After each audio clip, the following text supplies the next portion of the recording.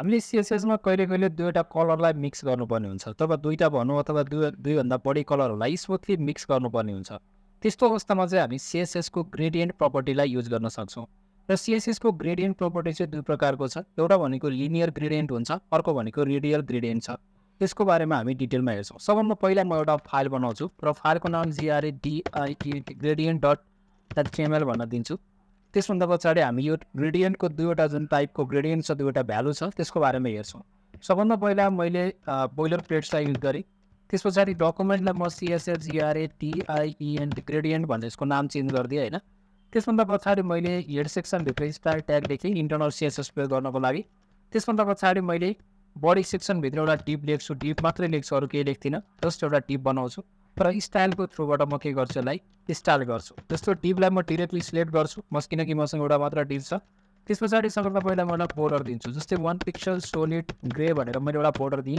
त्यसभन्दा पछाडि यसको हाइटलाई चाहिँ म डिफाइन गरिदिन्छु, जस्तै मैले 550 पिक्सलको मैले हाइट दिएँ र यति दिने बित्तिकै म सबभन्दा पहिला गो लाइभमा क्लिक गर्छु।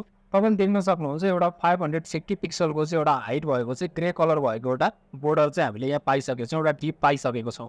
अब यसमा हामीले के गर्नु पऱ्यो भन्दा डिफ्रेन्ट कलरहरू राख्नु पऱ्यो भने हामी गर्न सक्छौँ, कलरहरू राख्न सक्छौँ थ्रु दि हामी ब्याकग्राउन्ड इमेजमा है।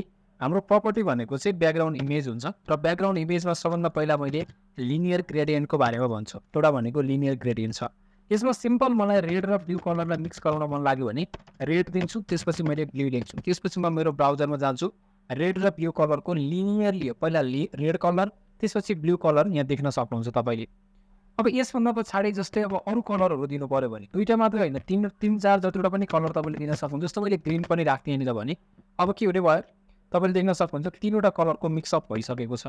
अब यसको साथसाथै तपाईँले जस्तो अहिलेको लागि मैले दुईवटा मात्र रेड र ब्लू मात्रै राखिदिएको छु। त्यसपछि मैले के गरेँ त भन्दाखेरि यसलाई कुन पोजिसनमा राख्ने हो होइन। मैले यहाँ यो के भइरहेको छ, अहिले टपबाट बटन गइरहेको छ होइन।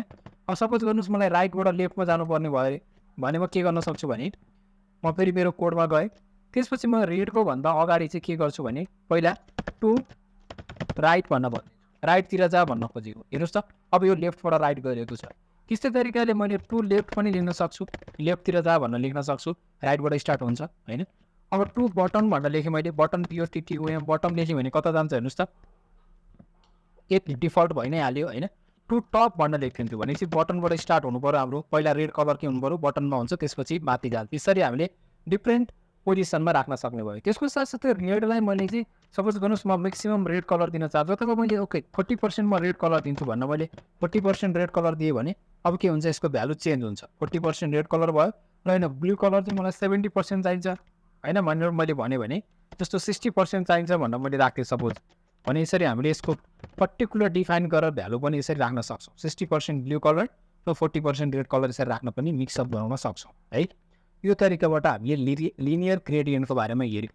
अब यसलाई तपाईँले आफै प्र्याक्टिस गर्नु होला। त्यसभन्दा पछाडि मैले कमेन्टमा राखिदिन्छु र अर्को ब्याकग्राउन्ड इमेज नै लेख्छु म फेरि होइन।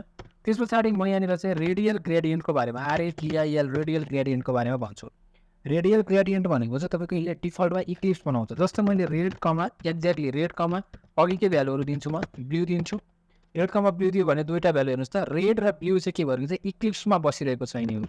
त्यसको साथसाथै दुईवटा मात्र होइन, यसमा पनि धेरैवटा कलर दिन मिल्छ। मैले ग्रिन पनि थपिदिएर हेरेँ भने तीनवटा कलरहरू यसमा एड भइसकेको छ।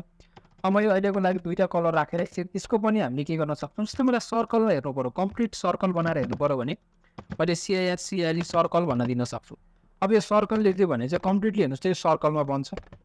यसको साथसाथै हामीले रेडको पनि अघि जसरी भ्यालु दिएको थियो त्यसरी हामीले 50% 40% भनेर तपाईँले त्यसरी डिफाइन गर्न सक्नुहुन्छ।